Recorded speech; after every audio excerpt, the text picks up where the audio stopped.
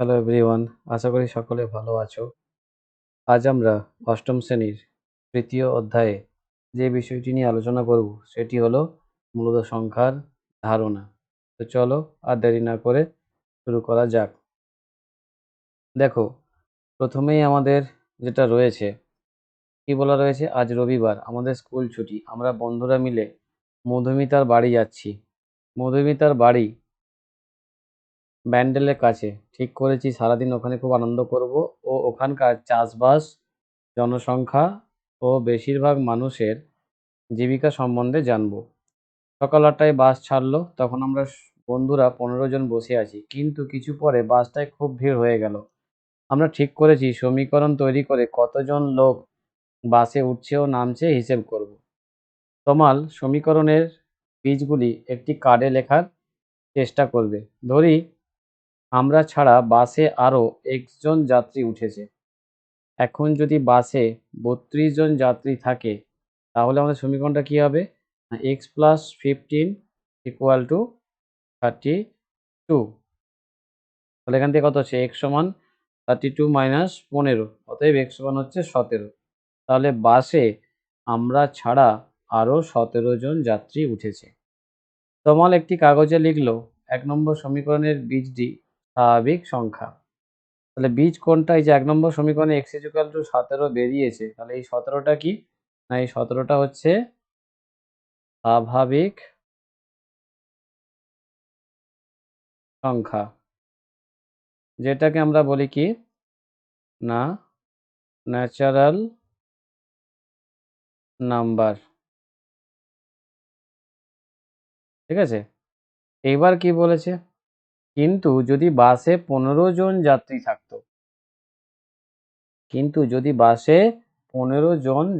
থাকতো, তাহলে কি পেতাম? x plus 15 equal to 15।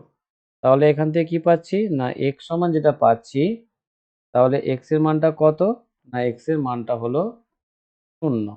ঠিক আছে, সেক্ষেত্রে 2 নম্বর সমীকরণের বীজটি কি বলবো আমরা? সেক্ষেত্রে 2 নম্বর সমীকরণের বীজটি কি সংখ্যা হবে? না এই বীজটাও হবে কি না স্বাভাবিক সংখ্যাই হবে। তাহলে এই জায়গাটাতে কি হবে? এই জায়গাটাতেও হবে স্বাভাবিক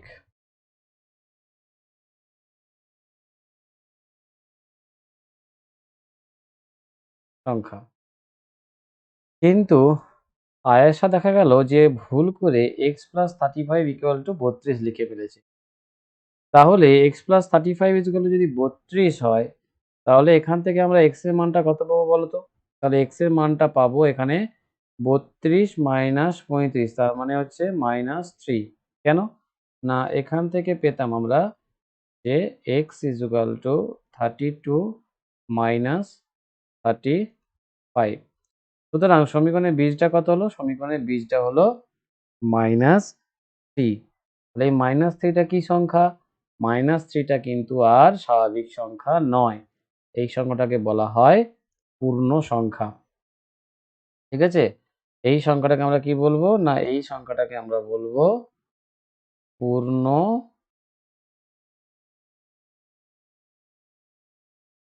সংখ্যা। এবার দেখা গেল নাসির ভুল করে লিখেছে 2x plus 15 equal to 32। 2x plus 15 equal to 32। তাহলে এখান থেকে কি পাওয়া যাবে দেখো তো? তাহলে এখান থেকে পাওয়া যাবে যে 2x ইকুয়াল টু 32 মাইনাস 15, বা 2x ইকুয়াল টু কত? 5 থেকে 12 7, তাহলে হবে 2, 2 থেকে 3 কত? 1, 17।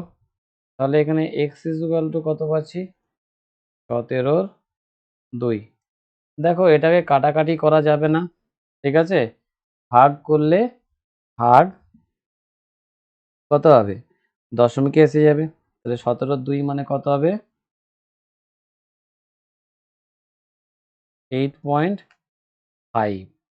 ঠিক আছে, 8.5। এই যে দেখো এরা পরে করেছে। এই যে x সমান কত পেয়েছে? না x সমান বেরোচ্ছে 17 2। তাহলে এই 17 2টা স্বাভাবিক সংখ্যাও নয়, আবার অখণ্ড সংখ্যাও নয়, আবার পূর্ণ সংখ্যাও নয়। তাহলে এই সংখ্যাকে কি বলবো? তাহলে এই সংখ্যাকে বলা হবে কি না মূলদ সংখ্যা। তাহলে এই সংখ্যাকে আমরা কি বলবো না এই সংখ্যাটা হলো কি না এটা মূলদ সংখ্যা। ঠিক আছে, আমরা দেখো কি শিখেছিলাম, আমরা প্রথমে শিখেছিলাম যে একটা যদি রেডিয়াস থাকে, ঠিক আছে, 0, 1, 2, 3 এইগুলো সব হচ্ছে স্বাভাবিক সংখ্যা। এইবার এর সঙ্গে যখন আমরা -2 বা -1, -3 এইগুলো জুড়ে দেব তখন কি হয়ে যাবে? তখন সেটা হয়ে যাবে কি সংখ্যা? না তখন সেটা হয়ে যাবে পূর্ণ সংখ্যা। ঠিক আছে? বা অখণ্ড সংখ্যা চলে যাবে। এরপর এর সঙ্গে যখন দেখো এই যে ভগ্নাংশগুলো আসছে 17, 2, হাফ এইগুলো যখন জুড়ে দেব তখন এটা কি হয়ে যাবে? তখন এটা হয়ে যাবে মূলদ সংখ্যা। তাহলে এটা কি ছিল? এটা স্বাভাবিক সংখ্যা, স্বাভাবিক সংখ্যা। ঠিক আছে? এই ক্ষেত্রে কি বলবো? এই সেটাকে বলবো কি? পূর্ণ সংখ্যা বা অখণ্ড সংখ্যা বলবো। পূর্ণ সংখ্যা। আর এইটা হচ্ছে কি না মূলদ সংখ্যা। একে ইংরেজিতে কি বলা হয়? রেশনাল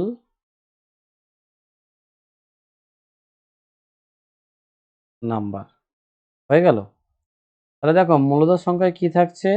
না একটা লব থাকছে আর একটা হর থাকছে। ঠিক আছে?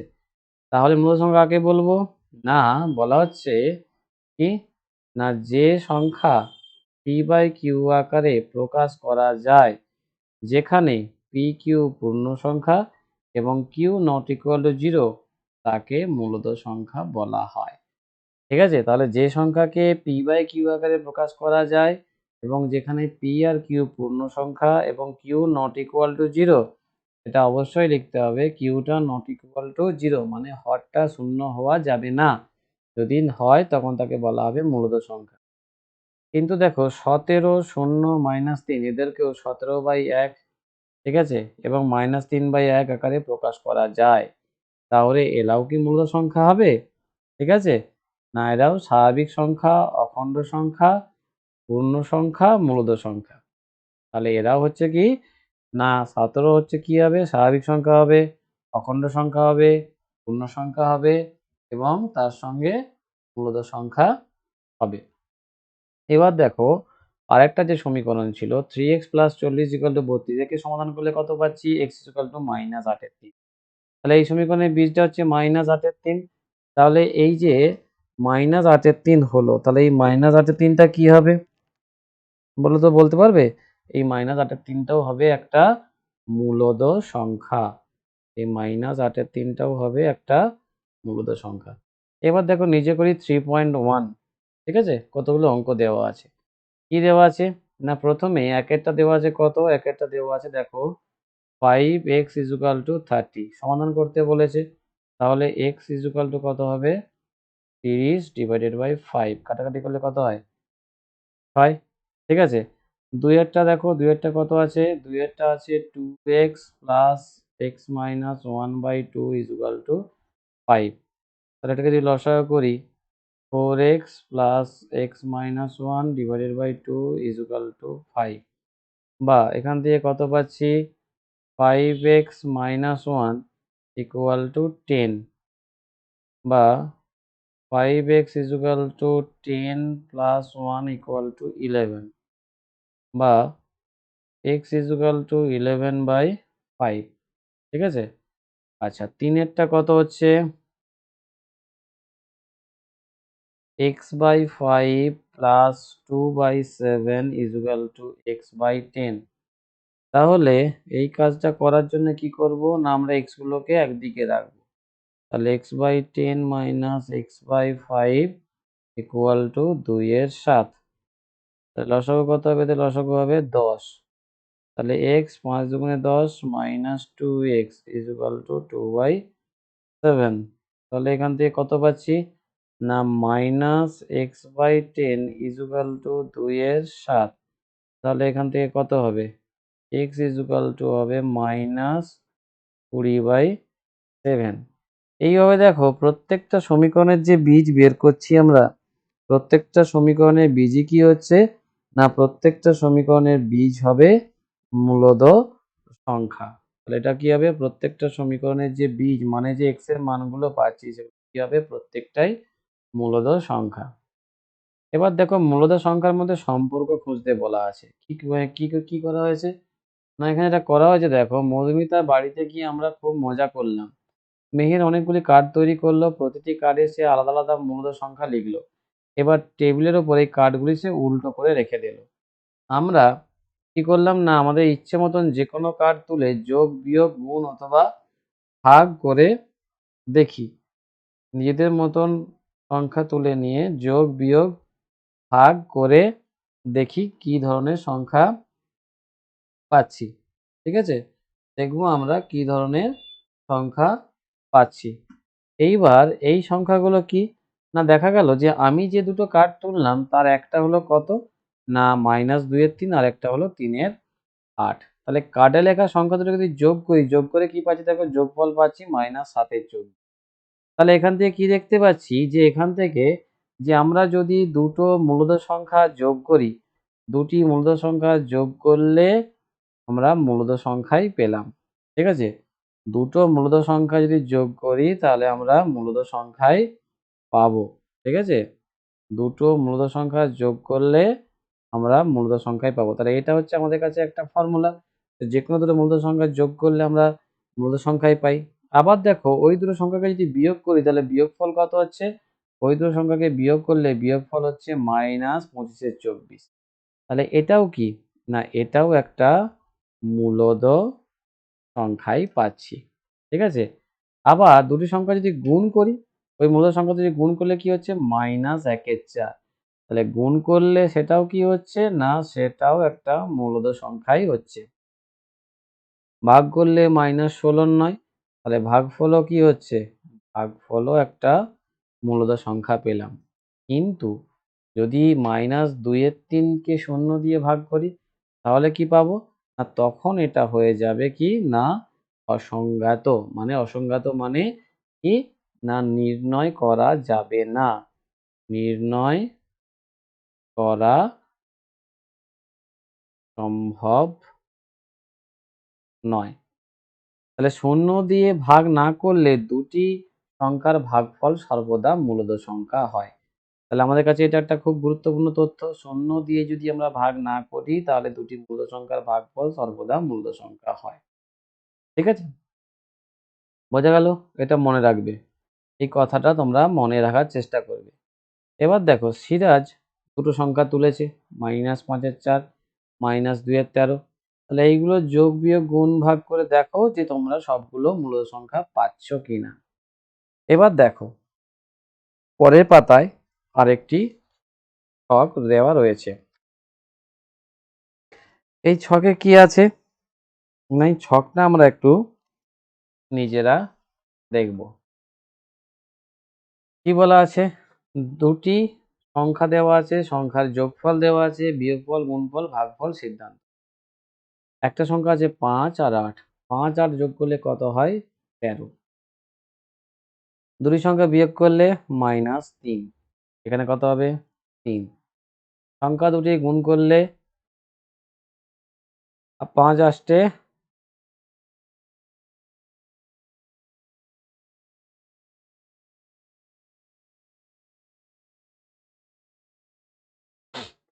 40। সংখ্যা দুটি ভাগ করলে একটা 5 এর 8 একটা 8 এর 5। তাহলে অখণ্ড সংখ্যার বিয়োগফল ভাগফল সর্বদা অখণ্ড সংখ্যা নয়। ঠিক আছে, কারণ এই সংখ্যাটা কি হচ্ছে এই সংখ্যাটা ভগ্নাংশ হয়ে গেছে। কিন্তু যোগফল এবং গুণফল সর্বদাই অখণ্ড সংখ্যা হয়। তাহলে এই সিদ্ধান্তগুলো কিন্তু আমাদেরকে মনে রাখতে হবে। এইবার দেখো দুটি পূর্ণ সংখ্যা দেওয়া রয়েছে 7 আর হচ্ছে -9। 7 আর -9 যোগ করলে কত হবে মাইনাস 2, 7 আর 9 এটা 16 হয়ে যাবে, -9 -7 -16, ঠিক আছে? এটা হবে -63, 7কে 9 দিয়ে ভাগ করলে -7 এর 9 -9 এর 7।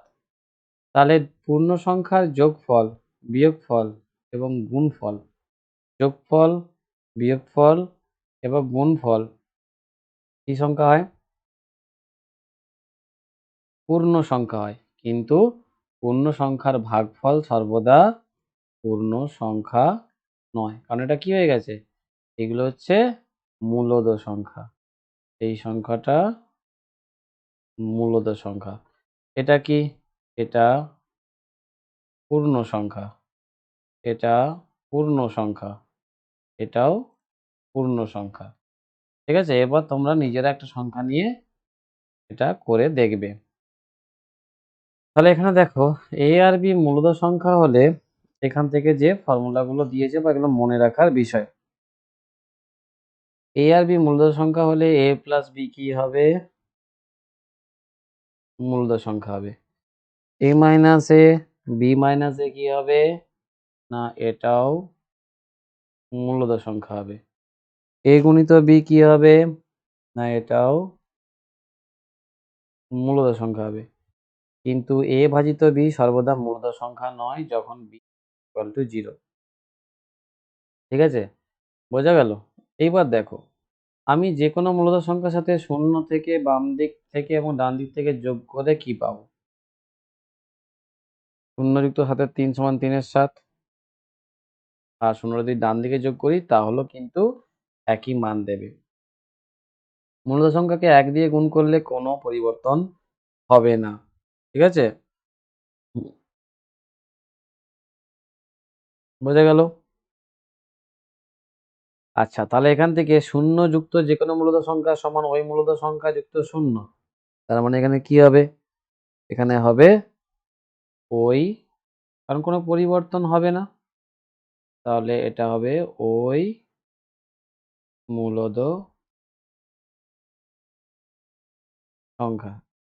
1 গুণিত যে কোনো মূলদ সংখ্যা সমান ওই মূলদ সংখ্যা গুণিত 1 সমান কি হবে? না ওই একই কথা, ওই মূলদ সংখ্যা। যে কোনো মূলদ সংখ্যাকে দিয়ে 0 অর্থাৎ তার মানে কি বলতে পারি? এইটা 0 প্লাস a সমান a প্লাস 0 সমান a। আবার 1 গুণিত a সমান a গুণিত 1 সমানও a। 0 কে যে কোনো মূলদ সংখ্যা দিয়ে যদি গুণ করা হয় তাহলে 0 হবে। সেটা আগে গুণ করা হোক বা পরে গুণ করা হোক না কেন। বোঝা গেল? এবার দেখো আমরা চলে যাই পরের পাতায়। এখানে আরো একটা ছক দেওয়া রয়েছে। ঠিক আছে? দেখো এখান থেকে আমাদের কি বলেছে? 5 এর 7 আর 6 এর 11। এই দুই মূলদ সংখ্যাকে যোগ করলে কত হবে? ঠিক আছে? এই দুটো মূলদ সংখ্যাকে যদি আমরা যোগ করি, যোগ করলে কত হবে? 5 এর 7 যুক্ত 6 এর 11। এই দুটোকে যদি যুক্ত করি তাহলে হবে কত? 97/77। এই যোগফলটা করে দেখো তোমরা, এটা হবে 97/77। ঠিক আছে? পরেরটা কি আছে? না এটা প্রথমে লেখা আছে, এটা পরে লেখা আছে। তাহলে এটাও হবে 97/77। তার মানে কি এই দুটো পরস্পর কি সমান। তার মানে a যুক্ত b যা হবে b যুক্ত a তাই হয় যে কোনো মূলদ সংখ্যার ক্ষেত্রে। তার মানে এখান থেকে কি সিদ্ধান্ত আসতে পারি? তাহলে এখান থেকে আমরা যে সিদ্ধান্ত আসছি যে মূলদ সংখ্যার যোগ বিনিময় নিয়ম মেনে চলে। ঠিক আছে? কি নিয়ম মেনে চলে? না বিনিময় নিয়ম মেনে চলে। এটাকে ইংরেজিতে কি বলা হয়? কমিউটেটিভ ল। বিনিময় নিয়ম মেনে চলে। পরেরটা দেখো, পরেরটা দুটো মূলদ সংখ্যার কি বিয়োগ করে দেওয়া যায়। 7 এর 8 মাইনাস 2 এর 5। এটা কত হবে? এটা হবে 19 এর 40, ঠিক আছে? আর এটা বিয়োগ করলে কত হবে? এটা বিয়োগ করলে হবে -19 একটা পজিটিভ একটা নেগেটিভ। তাহলে এটা সমান নয়। তার মানে কি? বিয়োগের ক্ষেত্রে a - b not equal to b - a। তার মানে হচ্ছে মূলদ সংখ্যার বিয়োগ বিনিময় নিয়ম মেনে চলে না। ঠিক আছে? কি চলে না?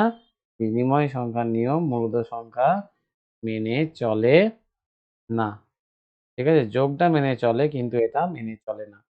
একই রকমভাবে মূলদ সংখ্যার গুণটা দেখো। যদি দুটোকে গুণ করি, গুণ করলে কত পাওয়া যায়? ৫ এর ৬, ৩ এর ২, তাহলে এটা কত হবে? এটা যদি কাটাকাটি করা হয়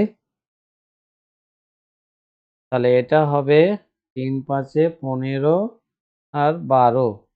এটাকে গুণ করলে ৩ ৫ এ ১৫, ৬ দুগুণে ১২। তাহলে এই দুটো কি বলবো? এই দুটো পরস্পর সমান। তার মানে a গুণিত b যা হয় b গুণিত a তাই হয়। তাহলে সিদ্ধান্ত কি লিখবো? সিদ্ধান্ত লিখবো যে মূলদ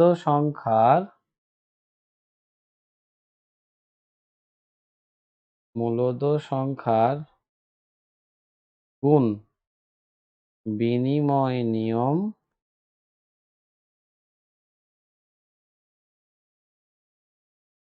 মেনে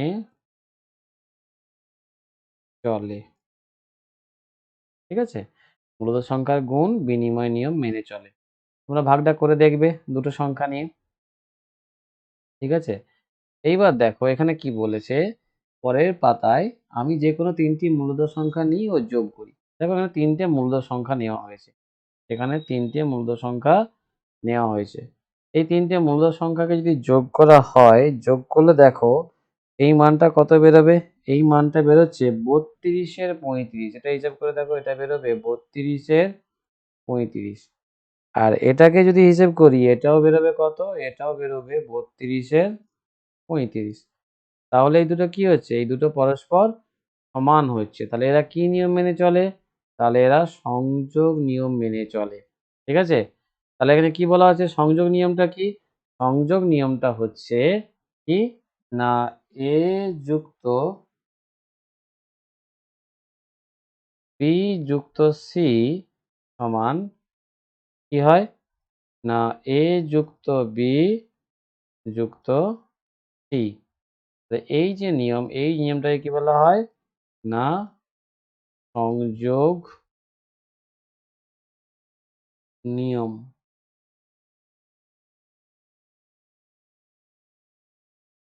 ঠিক আছে? ইংরেজিতে কি বলে? ইংরেজিতে বলে অ্যাসোসিয়েটিভ ল। ঠিক আছে? এটাকে ইংরেজিতে বলে অ্যাসোসিয়েটিভ ল। হয়েছে? এখানেও নিচে লিখে দেওয়া রয়েছে a যুক্ত b যুক্ত c সমান a প্লাস b যুক্ত c। একই রকমভাবে দেখো যদি বিয়োগটা করি ওই সংখ্যাগুলো যদি বিয়োগ করলে এখানে মানটা কত দিচ্ছে?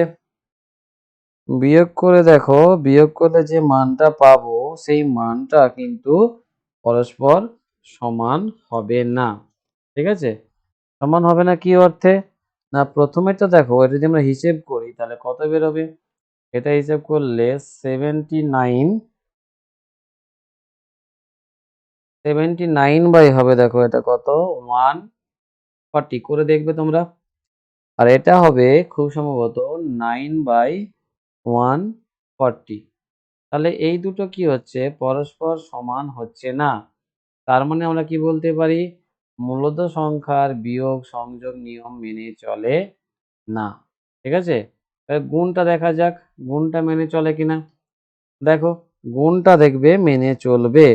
দেখো এই গুণটা যদি করি এটা আসবে কত?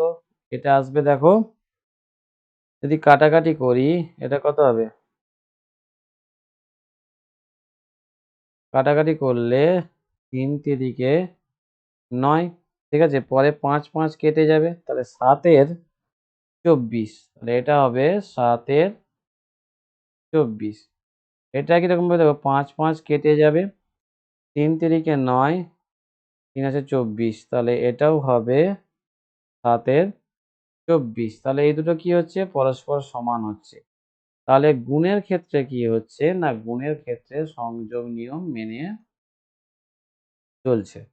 ঠিক আছে, গুণের ক্ষেত্রে সংযোগ নিয়ম মেনে চলে। তাহলে কি a cross b cross c সমান a cross b cross c, যেখানে a b c তিনটেই মূলদ সংখ্যা। এবার চলে যাই পরে পরে, দেখবে আরো কতগুলো উদাহরণ পর পর দেওয়া রয়েছে।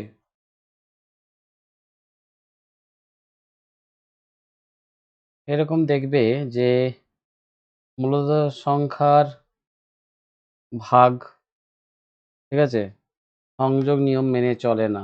তাহলে এখানে কি হবে, এখানে দেখবে তোমরা যদি ক্যালকুলেশন করে দেখো তাহলে দেখবে এটা অসমান হচ্ছে। ঠিক আছে, এবার দেখো এই রকম মূলদ সংখ্যার যোগ বিয়োগ নিয়ে ধারণাগুলো বলা রয়েছে। ঠিক আছে, তো এগুলো তোমরা একটু বাড়িতে দেখবে। ঠিক আছে, আমরা চলে যাই অনুশীলনী কোষে দেখি 3। দেখো এখানে কি বলে দেওয়া রয়েছে, এখানে বলে দেওয়া রয়েছে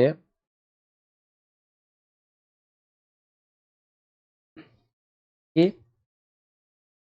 নিচের সমীকরণগুলি সমাধান করি ও বীজগুলি পি বাই কিউ আকারে প্রকাশ করি। দেখো আমি কয়েকটা করে দিচ্ছি, যেমন দেখো প্রথমেরটা, ঠিক আছে, একের দাগের এ কি দেওয়া রয়েছে, 7x ইজুকাল টু 14, তাহলে x ইজুকাল টু কত হবে, 14/7 সমান হচ্ছে 2। তা 2কে আমি যদি মূলদ বাংলাদেশে পি বাই কিউ ফর্মে লিখি কীভাবে লিখবো, 2/1 হয়ে গেল। সি এরটা দেখো, সি সি এরটা আছে 11x ইজুকাল টু 0, তাহলে এখান থেকে x ইজুকাল টু কত হবে, 0/11। ঠিক আছে, তাহলে এটা ওই ফর্মে রেডি হয়েই গেল। ঠিক আছে, তাহলে ওটা ওই ফর্মে রেডি হয়েই গেল। আবার দেখো যেমন ধরো এটা ইয়েরটা, ইয়েরটা কি বলা আছে, ইয়েরটা বলা আছে 9y প্লাস 18 ইজুকাল টু 0, তাহলে এখান থেকে কত পাবো, 9y ইজুকাল টু -18, বা y ইজুকাল টু কত হবে, -2, তার মানে -2/1 হয়ে গেল। বাকিগুলো তোমরা একটু বাড়িতে দেখবে। y ইজুকাল টু -5/4 যদি হয় তাহলে মাইনাস মাইনাস ওয়াই সমান, এটা যাচাই করতে বলেছে। ঠিক আছে, তাহলে দেখো মাইনাস অফ, তাহলে এখানে আমরা কি করব না, এখানে করব মাইনাস অফ মাইনাস ওয়াই, এটা সমান কত হবে না, এটা সমান হবে মাইনাস অফ, ঠিক আছে, মাইনাস ওয়াই মানে কত, মাইনাস মাইনাসে প্লাস, এটা হয়ে যাবে 5/4। ঠিক আছে, তাহলে প্লাসে মাইনাসে মানে কত, আবার -5/4, তার মানে কত হচ্ছে ওয়াই। তাহলে এটা কি হলো না, প্রমাণিত। এক্স ইজুকাল টু -3/8 হলে এইগুলোর মান বের করতে বলে, তাহলে এক্স এর মান যদি হয় তাহলে এটা কত হবে, এটা -3/8 যদি বসাই তাহলে 2 গুণিত -3/8 যুক্ত 5, তাহলে কত হবে 2 4 8, তার মানে সমান কত হচ্ছে -3/4 প্লাস 5, তাহলে কত হবে এটা, 4 5 20, 20 থেকে যদি 3 বাদ দিই তাহলে কত হবে 17/4। ঠিক আছে, যেমন এই মানটা যদি বের করি তাহলে এটা হয়ে গেল। এই মানটা যদি বের করি তাহলে কত হবে, 5 মাইনাস, এখানে যদি 3/8 বসিয়ে দিই তাহলে কত হবে, মানে হচ্ছে +3/8, তার মানে কত হবে, এটা 50 40, 40 থেকে 3 বাদ দিলে 35/8। বাকিগুলো করবে। এইবার দেখো 9/11 সঙ্গে কত যোগ করলে 0 হবে, তাহলে এটা -9/11 হতে হবে। ঠিক আছে, -21/29 আছে, তার সঙ্গে কত যোগ করলে হবে, তাহলে এটা হবে 21/29। ঠিক আছে, তাহলে এটা হবে 21/29। এর দাগেরটা দেখো 7/19 সঙ্গে কত, কি বলেছে, 7/19 সঙ্গে কত গুণ করলে 1 হবে, তাহলে এটা কত হবে, এটা হবে 19/7। -5 সঙ্গে কত গুণ করলে 1 হবে না, -1/5। -15 23-এর সঙ্গে কত গুণ করলে 1 হবে? -23 এর 15। ঠিক আছে? এটা কত হবে? একই রকম ভাবে দেখো f এরটা হবে কত? f এরটা হবে, তোমরা হিসাব করে দেখবে, 14/5। ঠিক আছে? 5 এরটা দেখো, 7 এর 18 কে এত অনেক দিয়ে গুণ করলে গুণফল কত হবে? তাহলে এটা হবে কত? না 7 এর 18 গুণিত এর অনন্যক। এর অনন্যক মানে -6 এর 5।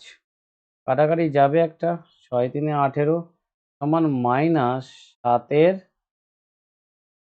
15। তাহলে অ্যান্সার হবে কত? না -7 এর 15। এরপর কি বলেছে? বিনিময় ও সংযোগ নিয়মের সাহায্যে মান খুঁজতে বলেছে।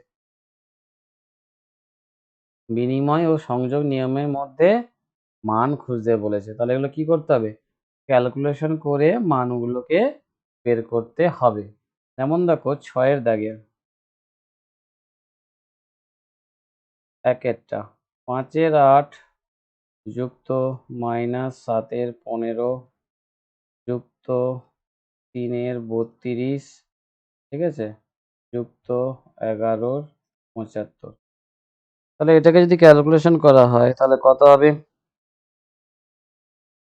না 5 এর 8 -7 এর 15 হয়ে গেল।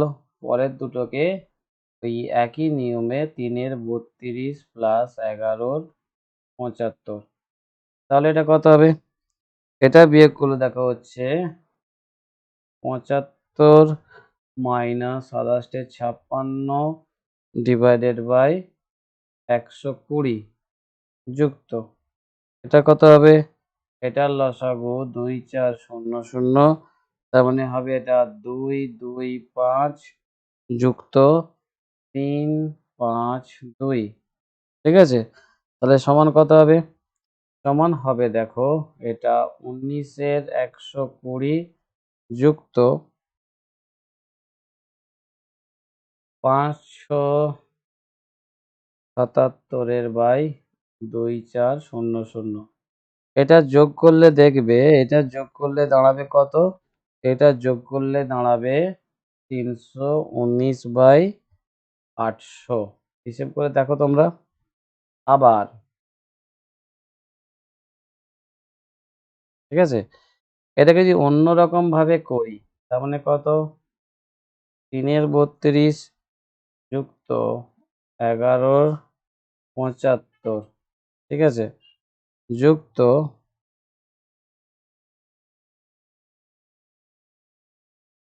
5 এর 8 মাইনাস 7 এর 15। এটাও কত হতো? এটাও হতো 577 ডিভাইডেড বাই 2 4 0 0 প্লাস 19 এর 120 সমান ওই 319/800। ঠিক আছে? একই রকম দাঁড়াতো। তাহলে একই রকমভাবে বাকিটা করবে।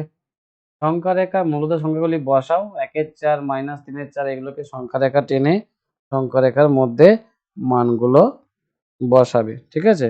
দেখবে বইয়ে দুটো করে দেওয়া রয়েছে। এই যে দেখো, এই যে মূলত সংখ্যাগুলো বসানো রয়েছে। এই নিয়মে তোমরা এগুলোকে বসাবে। এইবার দেখো আমরা চলে যাই, কি বলেছে? না 4টি মূলত সংখ্যা লিখি যারা 1 এর থেকে বড় কিন্তু 2 এর থেকে ছোট।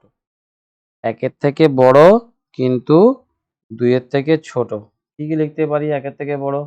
দেখো এটা লিখতে পারি 1 পূর্ণ 1 এর 5 লিখতে পারি একটা। আবার লিখতে পারি 1 পূর্ণ 3 এর 5। আবার লিখতে পারি 1 পূর্ণ 4 এর 5। ঠিক আছে? আবার লিখতে পারি 1 পূর্ণ 2 এর 5। ঠিক আছে? এতর মধ্যে 10টি মূলত সংখ্যা খুঁজতে বলেছে। তাহলে 3 এর 5 লিখেছি কত? 6 এর 10, 1 এর 2 কে লিখেছি কত? 5 এর 10। ঠিক আছে? তাহলে 6 এর 10 আর 5 এর 10 এর মাঝখানে কি বলেছে? 10টি মূলত সংখ্যা লিখতে বলেছে। তাহলে মূলদ সংখ্যা কতগুলি হবে? তাহলে -6 থেকে এর মধ্যে মূলদ সংখ্যা কত কত হবে? না, -5-এর 10, -4-এর 10, -3-এর 10, -2-এর 10, -1-এর 10, ঠিক আছে? আর কত হবে? আরও হবে 1-এর 10, 2-এর 10, 3-এর 10, 4-এর 10, 1, 2, 3, 4, 5, 6, 7, 8, 9, আর একটা হবে 5-এর 10, হয়ে গেল। নিচে মূলদ সংখ্যা দুটির মধ্যে 5টি করে মূলদ সংখ্যা লিখি, একই রকম তোমরা এগুলো বাড়িতে একটু দেখবে, হরগুলোকে সমান করবে, হরগুলোকে সমান করে তোমাদেরকে করতে হবে, ঠিক আছে? তাহলে আজ এই পর্যন্ত। পরবর্তী অধ্যায়ে আমরা পরবর্তী বিষয়গুলি নিয়ে আলোচনা করব।